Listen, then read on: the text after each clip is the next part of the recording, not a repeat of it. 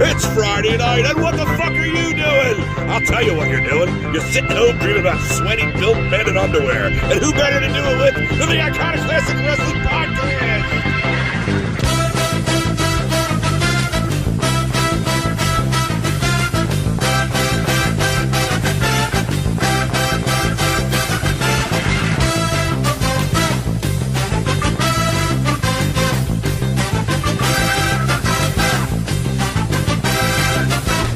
And here's your host, Iconoclast and Dick Taco.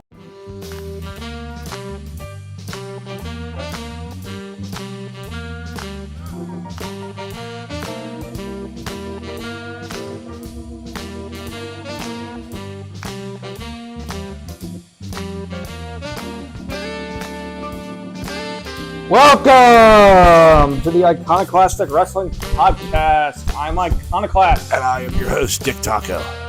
What's So what are we doing today? It's been a slow news week from what I can see here anyway. I just saw this thing about Ricochet leaving. Yeah, I just saw that today before I sent it to you. It makes sense. How many weeks have we been talking about how he's been there for 8 fucking years? Been there since 2016 he's been there. He's in WWE. He might be 2015. I think he's in WWE 2K16 as a playable character. Oh, really? Yeah, I think so. I have to look up. I know he was in NXT originally. Yeah, and he just dropped the speed title to Andrade. Have you seen the design of that? I could care less. It looks like shit. That's up there with all these extra titles that Tony has. The Continental Drift title or whatever it is, and the International National... the All-Atlantic International Southwestern Championship. Hey, Southwestern Omelet Championship. There's nothing wrong with the International and the TNT title. Yeah, but like International's been done. That's why I liked All Atlantic, because I never heard that before. Like you heard Mid Atlantic, but yeah, but it didn't make as much sense because they had the Japanese flag on the belt, and that's not the Atlantic Ocean, so it didn't make as much sense. Oh, so okay. All right, and the idea was that it could be defended in other promotions. Yeah, which only really Pac did, because Pac went to the UK with it. Speaking of other promotions, you've been following that Roaring Grace over. She came out the other night. She had an NXTNA vest on. Whatever. But apparently, from what I was reading, is TNA was helping for a huge spike in viewership from this, and I'm like, why? Why would you expect they're going to tune into your product because they saw her on there? I don't know. Here's the thing is, I think that the only reason this is happening is because WWE knows that they pose absolutely no threat to them as a product. Sure. That's the only reason they're cooperating. They're not cooperating with AEW because, even though AEW is way behind them in ratings and stuff, they're still spending a lot of money. That's why they're their biggest competitor, because they couldn't get Will Ospreay and stuff like that, and Jay White and Light Switch. Jay White. Yeah. Why is he Light Switch? Because they buried him a long time ago. I like what he's doing. He's a good comedy act. No, he's not. He's a good wrestler, though. It's not to be a comedy act. Okay, well, now that Juice is back, he can do some more stuff. Yeah, they're a good tag team, too. So, what else we got going on? Brian Cage has 6 more years left on his contract? Yeah, I know. He just signed a new contract. Who the fuck would sign him for that long? He's like a middle-of-the-road guy. Well, they usually use him, I found. He usually gets used as, to put over other guys. And, he's like a mid-card jobber. Yeah, but for 6 fucking years? Getting paid for it. But anyway. Hey, there's a lot worse things. Tell me the shit about Meltzer we were talking about before we went on the air. I'm just saying, there's a lot worse things you could do than be consistently on TV and just lose to up-and-coming guys. You mean like Bryan Danielson does? No. Hey, Danielson's doing... Hey, we're going to have He's going to fight Tom Lawler, right? That's not what I was reading. Well, I heard Lawler came out and challenged him. No, Saber's going to wrestle Orange Cassidy, which is going to be good. Yeah, that's going to be a sleeper. I'm going to see Saber and Danielson again. No, well, I was reading something about maybe Danielson and Josh Barnett. Really? No, we'll talk about Forbidden Door later on. We got that on here. Later on in our broadcast. What about the Meltzer talking about the ratings? I just read this what do you mean, talking about how the WWE's planting fake stories? Where does he get that from, though? I don't know. I saw it. And where does he get his ratings news from? Because why wouldn't you go to Nielsen or a respected company? Who's he go? Do some bomb on the corner And that guy works for WWE. Well, it's like the difference of buying weed in a dispensary or from Leon down by the train tracks, where you got to take the D bus downtown, meet a Latin American fellow named Martinez, because Martinez's shit is the bomb.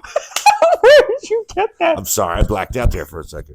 Well, you see, and we're off, folks. Good thing I saved that picture. The ratings, I get my information from this guy. Have you been working on this impression? This guy down at the corner by this coffee shop. I go. His name's Tyrone. Don't know if he actually has any affiliation with any wrestling. I wouldn't. But he sells good crack. Thing. Yes. What? What? Again, I used to be more of a mark for Meltzer, but I don't know how you can. I mean, for the longest time, he knew he had his finger on the pulse of the business. But follow me here. Here is the pulse. Over here is his finger. Far from the pulse, jammed straight up his ass, because that's where it is now. Well, there's also, I was reading stuff that for decades, people have sent him false information. Hey, yeah, JBL used to say that. They did it on purpose. But you know what? They should. You shouldn't be working with these fucking guys. Because basically, when it boils down to it, they're out to ruin the business for anybody else. It just because ruins what the did you fun. say the other week when they were talking about Kenny saying shit, and he was like, "Oh, it's just a work, it's just an angle," and you were like, "Go along with it." "That's right, that's what you said." You were like, "Just fucking go with it, then. Why you got to ruin it for everybody else? It's you just fucking geek." It's just. I'm not saying all dirt sheets are like this. He definitely is, though. It's like he wants to have the knowledge and fuck all the rest of everybody else. It's like not all dirt sheets are like that, but. Most some of them just suck. I don't think most Sportskeeda. I don't think most are not like that, in my opinion. But Meltzer, he says shit. He's the king of clickbait wrestling. He should have his own CBW. Clickbait wrestling could be his own federation. Cock and ball torture wrestling. Championship. Did you hear me? CBTW. Cock and ball torture wrestling. Is that like an actual thing people sign up for? Cock and ball torture? You didn't know that? We'll talk. That's another podcast. That's a whole other podcast. Trust me. I can't stop doing it. But what's he saying? The ratings, he's saying there's false information out there? I don't know. He's been all over Twitter with it. He's been slobbering all over Twitter since yesterday about it. Wasn't there a thing where someone told him in the 90s and he reported on it that the third guy in the NWO was going to be Mabel? Oh, my God. Who told him that? I don't know. How could you even buy that? I just feel like even in 1996, I would have been 17 around that time.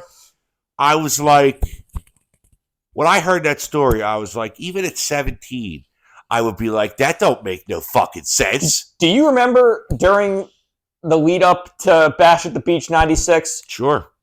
Who did you think the third man was going to be? I didn't know. I wasn't really... See, I was always the WWF guy until the NWO thing came along because it gave you something else to watch. And when I found out it was Hogan and I saw the heat he got where the guy charged the ring and they were throwing shit. Like, there's a 64-ounce big gulp that careens right past his face if you look it up. But some guy tries to get in the ring and then Nash puts the boots to him. But, yeah, I have it on. Oh, Dave Meltzer also accuses WWE of planning negative stories about AEW. That's what I was talking about. Oh, well, he's talking about there's fake ratings news as well. Well, I wouldn't be surprised. Well, again, anyone can, make clickbait wrestling articles and put fake numbers up there. People can just pull numbers out of their ass. Yeah, only Brandon Thurston Howell III does his homework, man, from WrestleNomics. He's like an accountant or something. All the stuff that he does for all the ratings and the quarter hours and all that. I don't know. I think that, But if you're interested ratings don't mean anything without context. Like, you're like, oh, they're only getting like 500,000 viewers, but they're still like the third highest rated show on all of cable. Well, I got in an argument with somebody earlier because Battleground tonight is at that UFC arena. There's only like 700 seats there.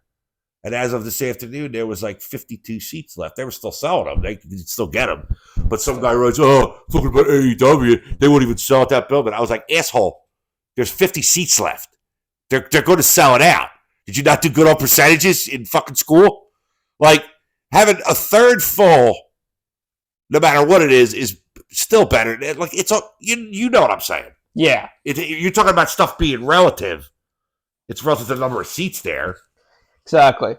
Like apparently AEW's ratings are up now. Yeah, that's what we have on here. 790,000 for 65. Well, it's been pretty good now because again they're building up towards what's usually a lot of times their best pay-per-view. I still can't believe the whole Jack Perry thing. They're still rolling with it. What do you mean the whole Jack? He Perry doesn't thing? have heat, and they set him on fire for Christ's sake. He doesn't have heat. He's gonna be in the TNT Championship ladder match. Do you realize if Perry and the Bucks walked into a place and said they were like professional wrestlers, people would look at them like it was an SNL sketch that they were dressed up for?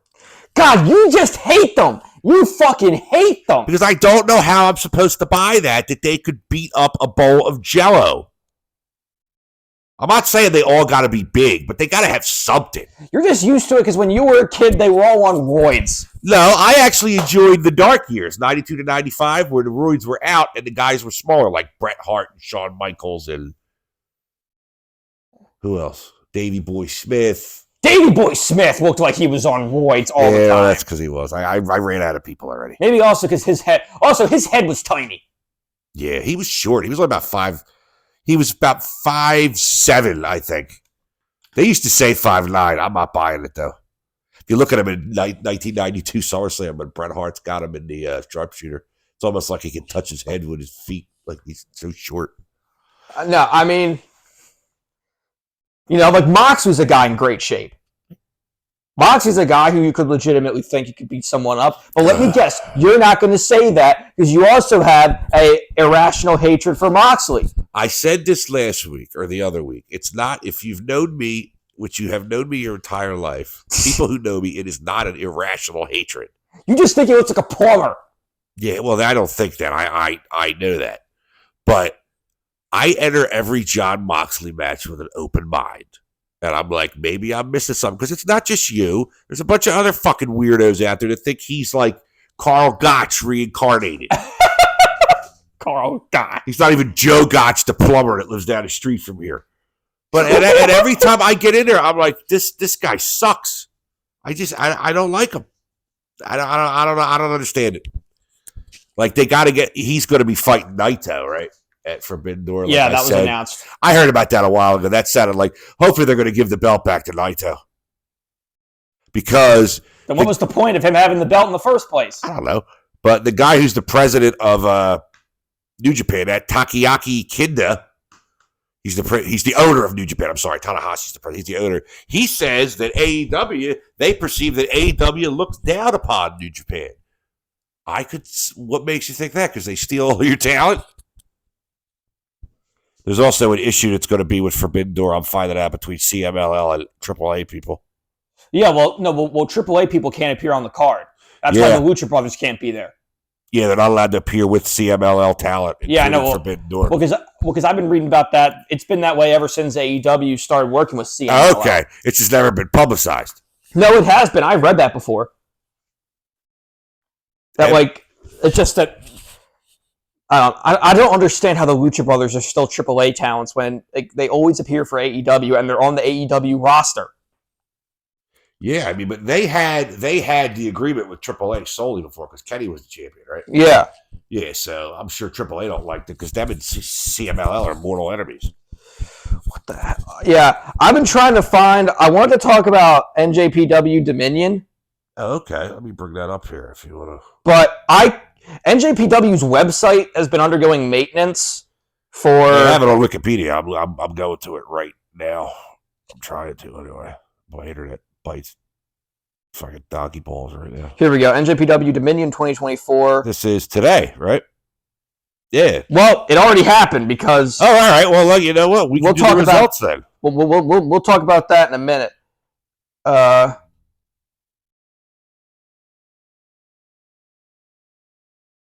What's up?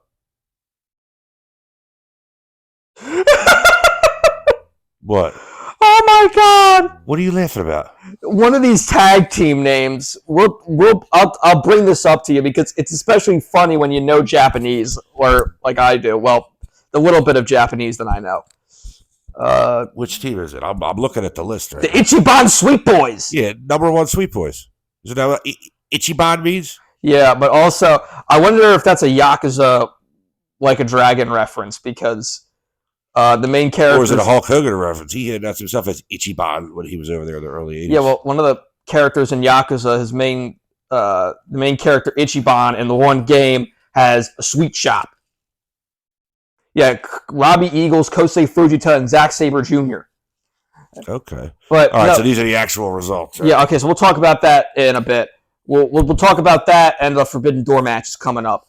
Right, so where else I wanted to talk Kevin Kelly. Now, I've been reading a lot of shit about Kevin Kelly. Did you read up on this? Good, because all I got was a blurb, and I wanted you to talk about it. But he said he wouldn't treat his worst enemy the way AEW treated him. Apparently, he is a complete fucking asshole. Well, I've heard that as well. Because, now, again, I did not watch NJPW when he was an announcer, but I was reading stuff. I watched him there in Ring of Honor. Yeah, I remember when he used to do WWE years ago. Well, because people were saying that in NJPW, he would, like, talk down the promotion. I heard that too, because after he said something on Twitter, that came out about him. And right after he got let go.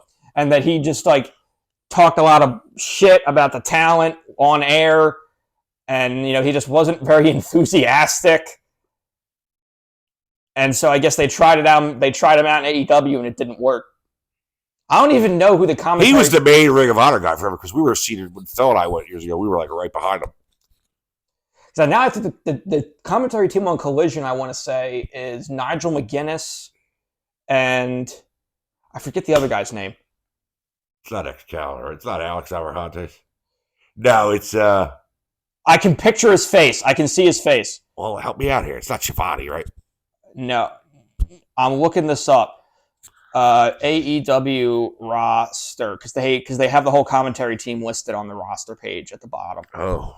Fuck a doodle do. Also, according to Kelly, he said Punk didn't want to use Excalibur on Collision. Well, it's my real clubhouse, and nobody but my friends can be here. That's what the Bucks are doing. No, that's what Punk does. What are you talking about? That's what Punk did. He didn't bring anybody there with him.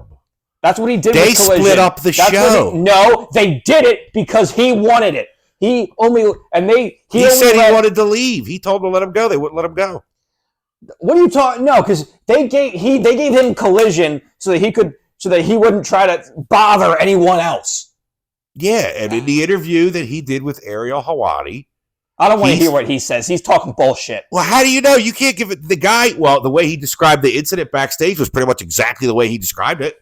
No, fuck Phil Brooks. I don't want to talk about him. He's a fucking bum. Well, I just told you. He's the guy selling weed by the train tracks. I told you, Excalibur sucks. That's all I gotta say.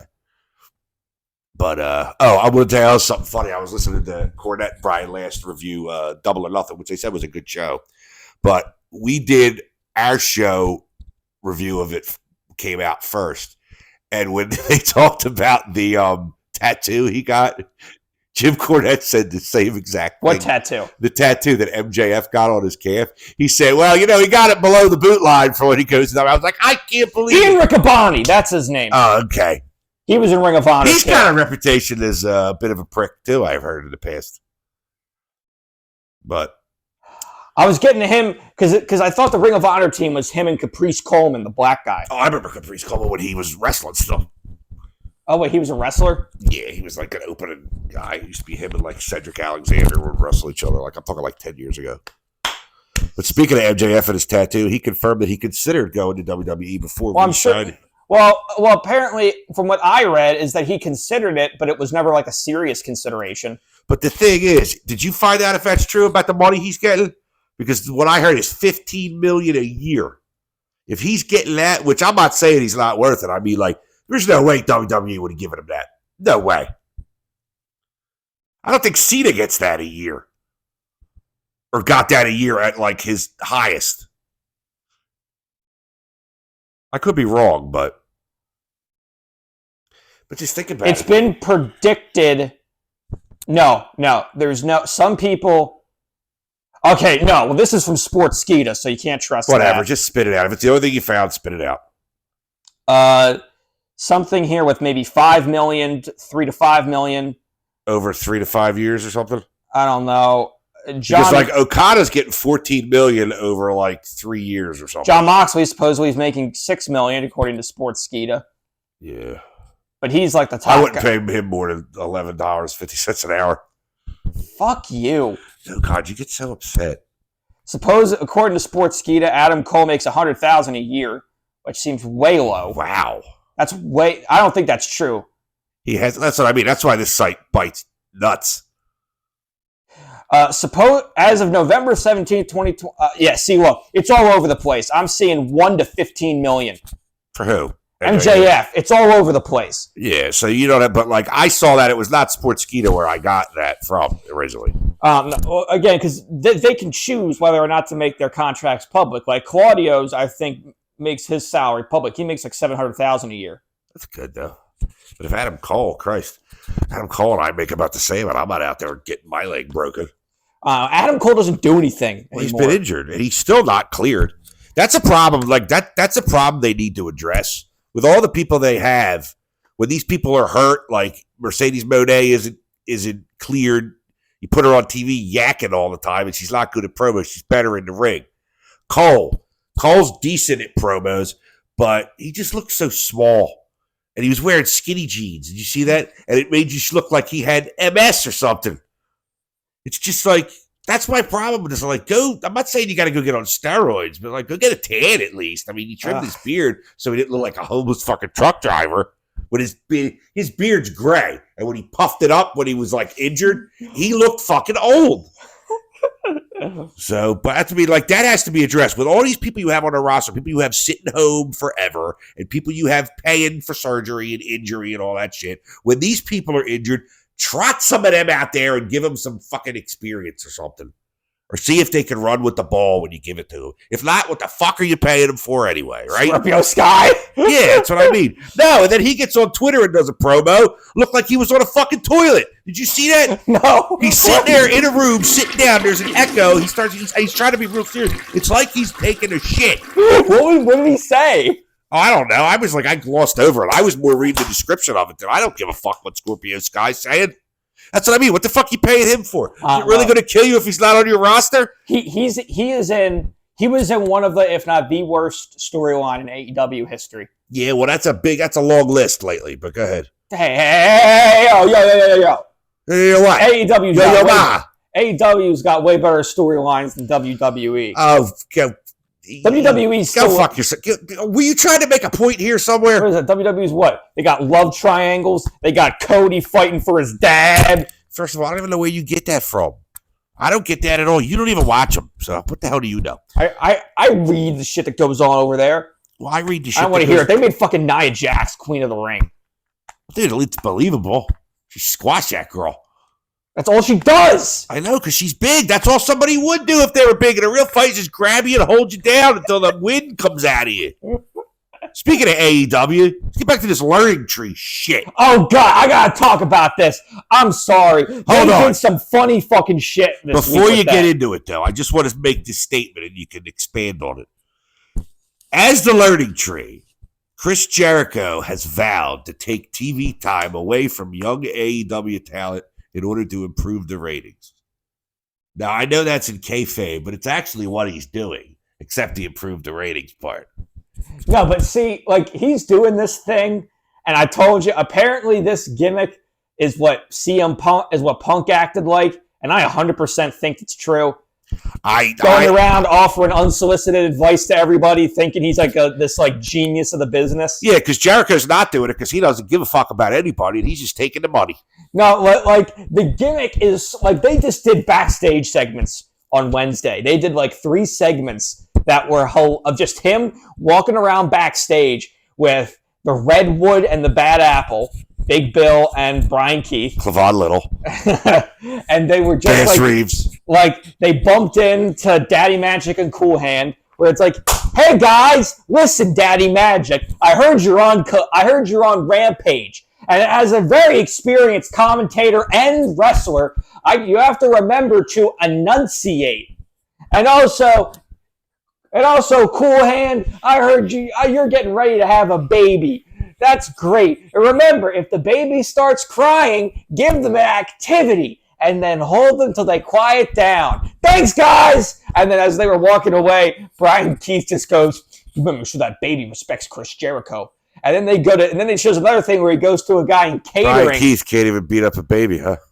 And then they go to catering, and there's this guy in catering, and he's like, listen, I've got a lot of experience in this. Hey, let me tell you, I got a lot of experience in this business. Let me tell you the best way. The best way here to get these chicken dumplings is to scoop all the way down to the bottom and then scoop it out. Thanks, guys. You do realize nobody likes this, though. That's not what I'm seeing on the internet. People are starting to warm up to it. It's funny. And then I was laughing. And then there was... It's pretty shitty that he'll make fun of something like that. You know, when Punk came in there and made John Silver look like $1 million and Darby Allin. John Silver never had a good match in his fucking life. CM Punk made that midget look like $1 million. It's not true. Yes, it is. And Darby can have a good match with anybody. Well, that's true, but the guy that you have the good match with and also Punk, that's how he's acting in WWE now from everything I'm reading. He's saying how the NXT people are such good students. Yeah, it's because they all kiss up to anyone who they can so they can get called up to the main roster. That's why they're all nice to them. So would you. That's why I'm not a pro wrestler. I know, but you would... I know, but Punk thinks they're all nice to him because they actually want to learn from him or some shit. What the fuck can CM Punk teach you? How to get fired from every company you've ever worked for? Well, whatever. Oh, he quit, both of them. The firing's a formality. He wasn't coming back to AEW after that bullshit. Whatever. I don't want to hear it. He's not even that good of a wrestler anyway. He knows 3 fucking moves. You're going to vote Republican in the fall, aren't you? No. Okay. Well, you sound like you live in one of those lands, though. That's all.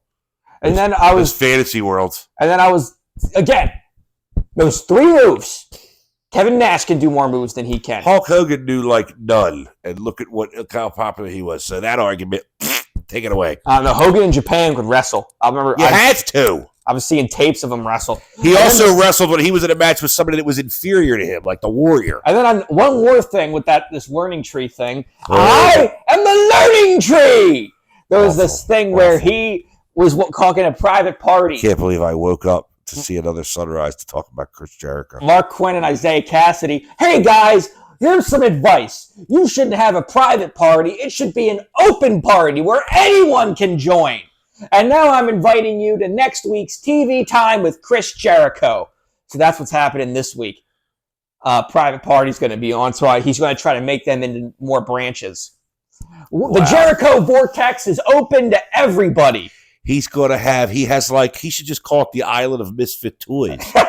Big Bill, Brian Keith, Jericho's a loser now. He's going to put Private Party in there. Is he going to get Action Andretti too? The Dark Order. Yeah, let's bring the Dark Order back. They can sweep up behind him as he walks.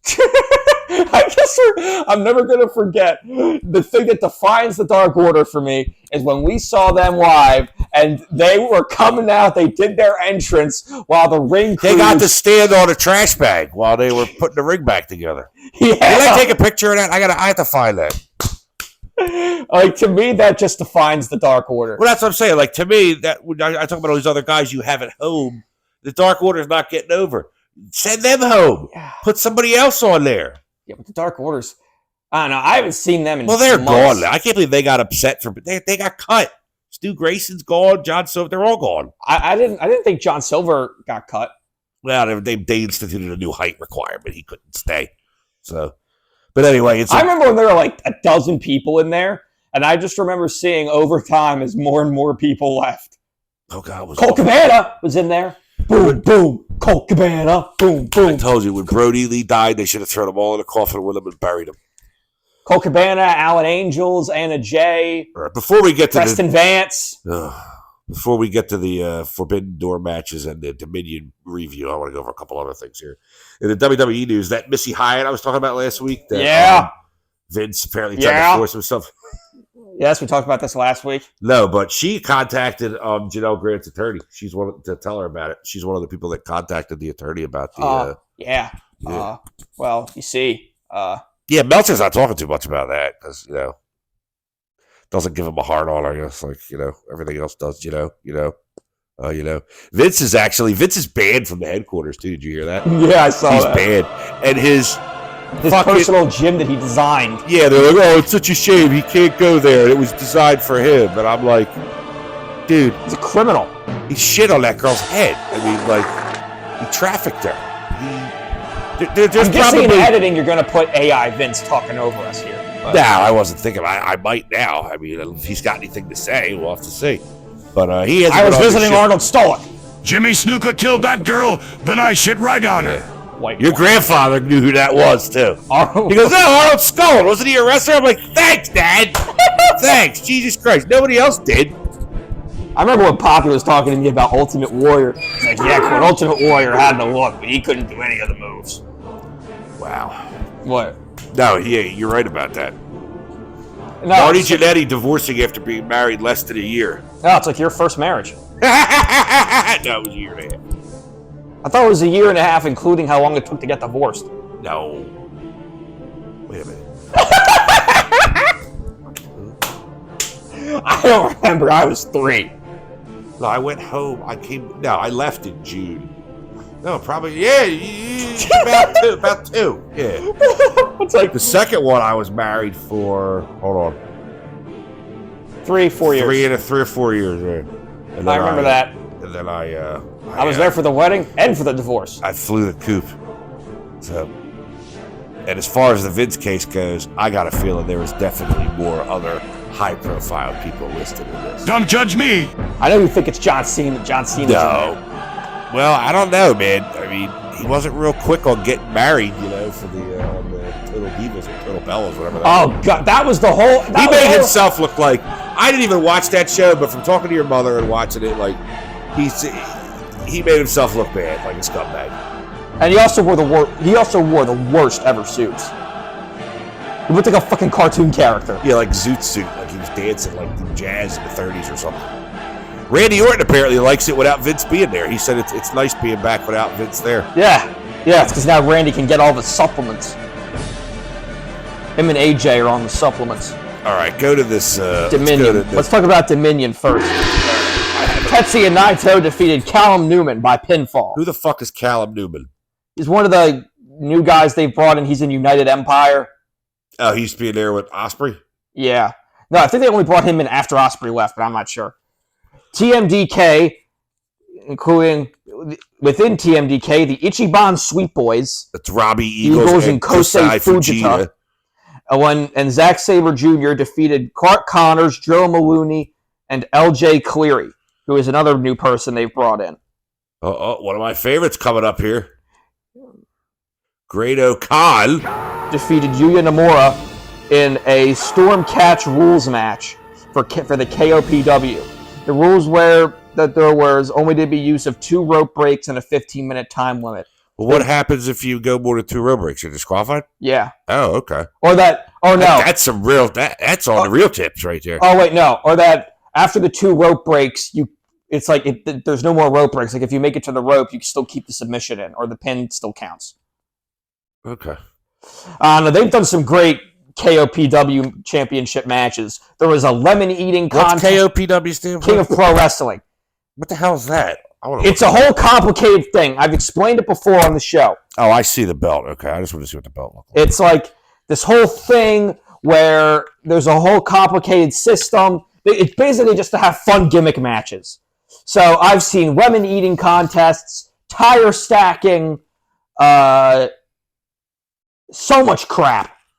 CrossFit competition. It's great.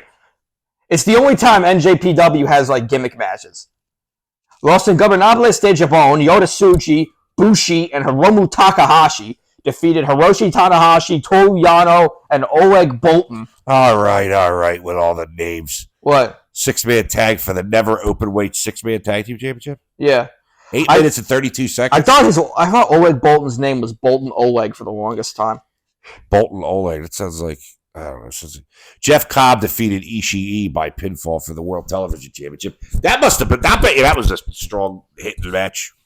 TMDK, Mikey Nichols, and Shane Haste defeated Guerrillas of Destiny, El Phantasmo, and Hikuleo. And strong open weight tag team. Bullet Club, Kenta and Chase. Wait a minute. Hold on. It's a 4-way tornado tag, right? For both. For the IWGP tag and the strong openweight tag. So I think The winner takes all. and Gorillas of Destiny are the strong openweight tag team, and Kenta and Chase Owens are the IWGP tag team. Yes. And Bishamon, Hiroki Goto, and Yoshihashi. So who won? TMDK, Mikey Nichols, and Shane Hayes won by. That's a 4-way tag team match, 16 minutes and 26 seconds, which doesn't seem like a long time. And it was Tornado, too. Yeah, but So that's that seems perfect. like That's enough time, yeah. Shingo Takagi versus Hinare ended in a double knockout for the Never Openweight Championship. Wow, singles match, yeah. Now, the Lumberjack match, this is something I've never seen before, where they actually got their own Lumberjacks on their side, because it says it's a Lumberjack match for the IWGP World Heavyweight Championship. It's Jon Moxley with Shota Umino, Tiger Mask, Yuji Nagata, and Togi Makabe. And Hiroshi Tenzan. Defeated Evil with Ren Narita, Yoshimata Kanemaru, Yujihiro Takahashi, and Dick Togo. Kaintai. Yeah. Yeah, 25 I've minutes, seen a 1 lumberjack second. match I used to before. love lumberjack matches when I was a kid because they couldn't get out of the ring. And El Desperado defeated AEW did Taiji Ishimori by pinfall in the tournament final of the Best of the Super Junior 31 tournament. AEW did a lumberjack match once, I remember, between Matt Hardy and Orange Cassidy. Yeah, I remember that too. Back when Max Caster was a jobber, I remember he was one of the lumberjacks. This just in, he's still a jobber. No, he fucking isn't. The Acclaimed? He is an ugly man. And that mustache didn't help him anyway, Eddie. Shut up. You don't like the... Why don't you like the Acclaimed? Because they're comedy. They're so over. They might be. But, all right. I'm Let's hear that on. in Billy Gunn. Yeah, fuck Billy Gunn. He's 60 years old. You see Billy Gunn's new tattoo? No, what's it say? It's he's got like this flower thing on his belly button. It's not a pair of scissors, is it? No, it's like a flower where like the petals go off of his belly button. That's ridiculous. I bet you wouldn't tell that to his face though.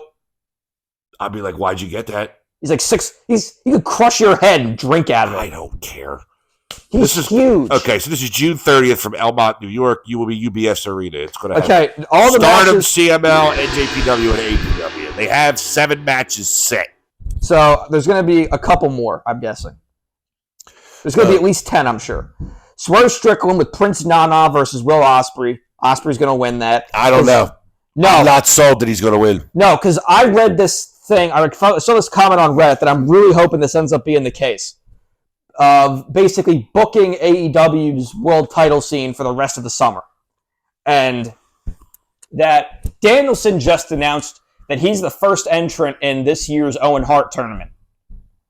So, and we know that the winner of the Owens Gets the match at all in, Yeah. which I'm thinking is great. Yeah. It's funny how they said that like the day after WWE said King and Queen of the Ring get the match at SummerSlam. Whatever.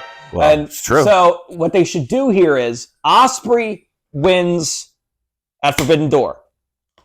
He holds the title to All In. Danielson wins the Owen. Danielson and Ospreay, have another, one of, GOAT match contender. Danielson wins. And then, because it's Danielson's last year, they have a stipulation. Somehow they write it in, I don't care how, that he holds the title. But when he loses the title, he has to retire. Maybe. So then each match could be his last match. And that they were writing how, maybe there could be something where like he starts cheating more in his matches so that he can hang on. And then eventually they have him drop the title and retire from full-time competition at Wrestle Dream in October or November, whenever that is. Where it's in his hometown. It's in Seattle, near Aberdeen. And, whoever he could drop it to. And then that's the end of his full-time competition. I think that's the best idea. I think that's perfect. Which means Tony Khan's not going to do it. So, How about this? They turned Swerve heel because they booked him like shit anyway. And in AEW, the heels are the ones that get cheered for some reason. what do you mean? Nobody likes the baby faces. They all cheer for the heels. They cheered for Swerve when he was a heel. That's how he became a baby face. They cheer for Tony Storm.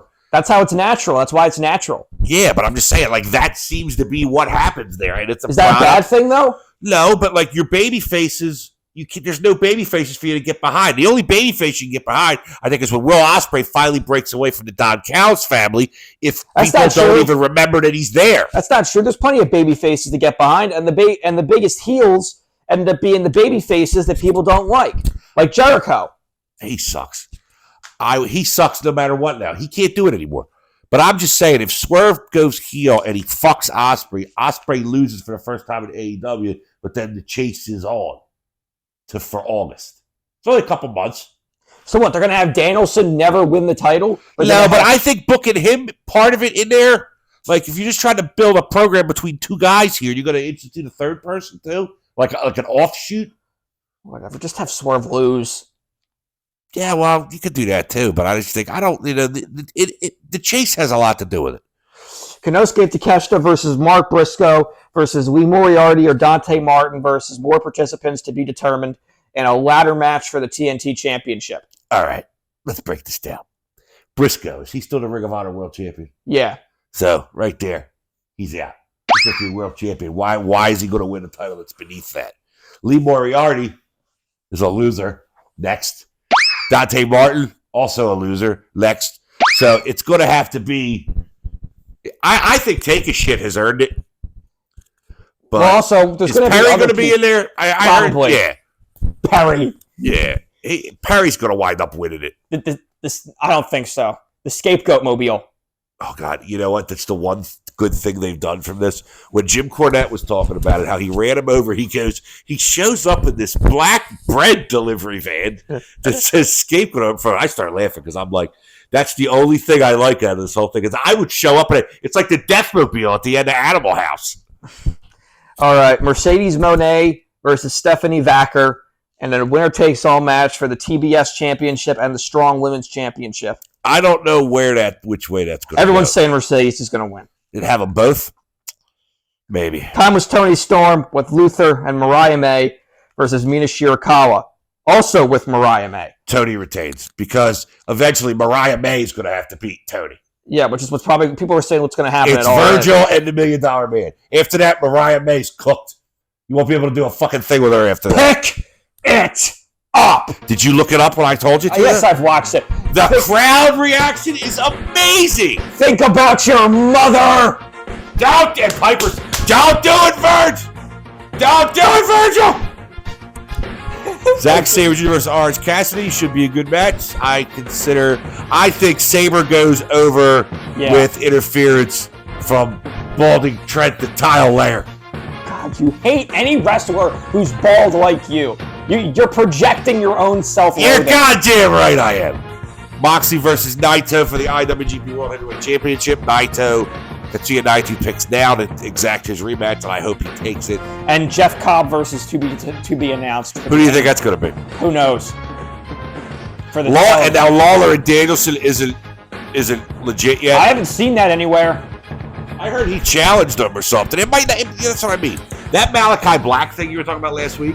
With what Malachi Black thing? When I said that he got released, you were like, I don't know what the fuck you're talking about. I got that from an older. There was some site I was on where you scroll down. It's like news from 6 years ago or something. It's like, so I was wrong. So WWE's got Clash at the Castle coming up, right? I don't give a shit about that. See, you have a very one-sided view of everything, though. You're only over there. You're down there in Jacksonville, which is not a very good neighborhood, by the way. I knew a guy that went there one time, and he said, makes Camden look like Pleasantville. Clash at the Castle. Here we go. Let's see what matches they got. These in-between shows, they don't do a lot of them, like a lot of matches on it. Like, we got 5 matches set up here. Damian Priest versus Drew McIntyre. I think McIntyre takes it because now what date is this too? Is this next weekend? Yeah, this is next Saturday. Thank God there's not 2 shows next week.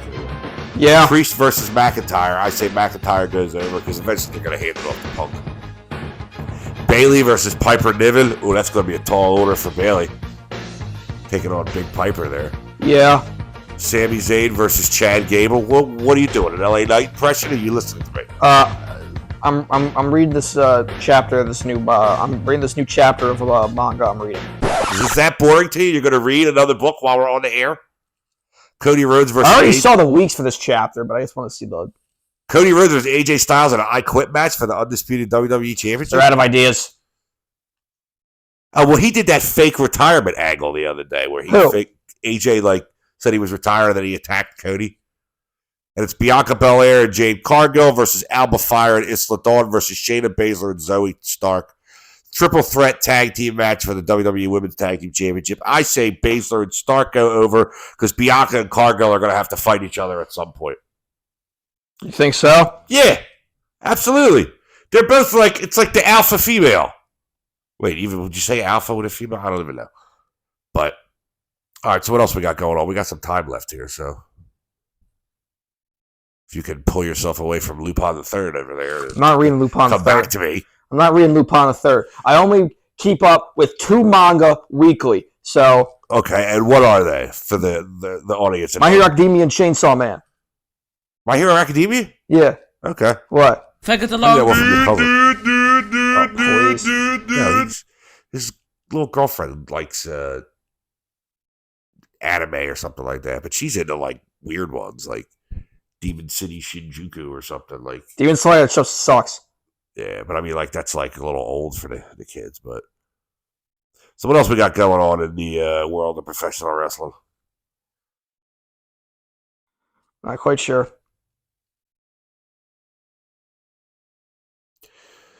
Yeah, but like I said, there's issues with. They have so many people on the roster there at AEW. I don't know why they don't just. That's why they're cutting people. Well, I know, but I'm just saying when these other people are falling apart or they can't do anything but talk, when they can't talk, they should have some. Telling you, this year there's gonna be more cuts. Ricochet going to AEW, I think will be good because he has not really gotten a chance to shine. He's perfect for AEW. He's perfect. Oh, absolutely. They want him there too. They absolutely want him there. I think he would be good in that TNT Championship ladder match. Sure, but he's not going to come that fast. No. So. I wonder if he'd be there by All In. Well, he said it's going to be this summer. But I mean, as far as I know, you can opt out of that no compete. You just don't get paid. Adam Cole did it when he went over there. Did Adam Cole actually make it to the main roster? He did, didn't he, in WWE? I don't think he was for very long, though. If he did.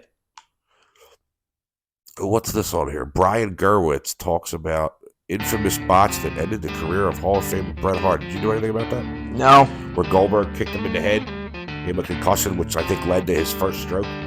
Oh, yeah, I've heard about that. It doesn't even look that bad, though, when you first see it. Because I was watching it when it happened.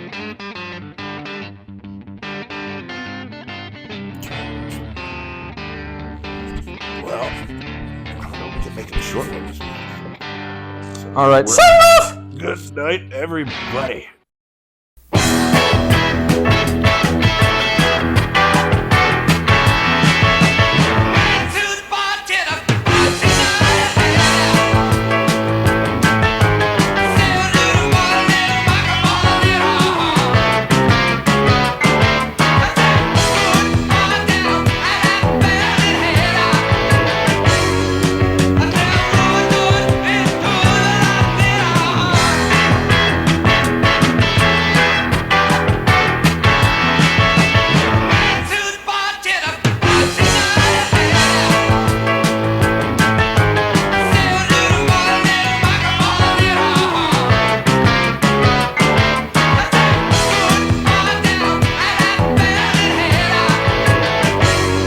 Get your hand off my penis!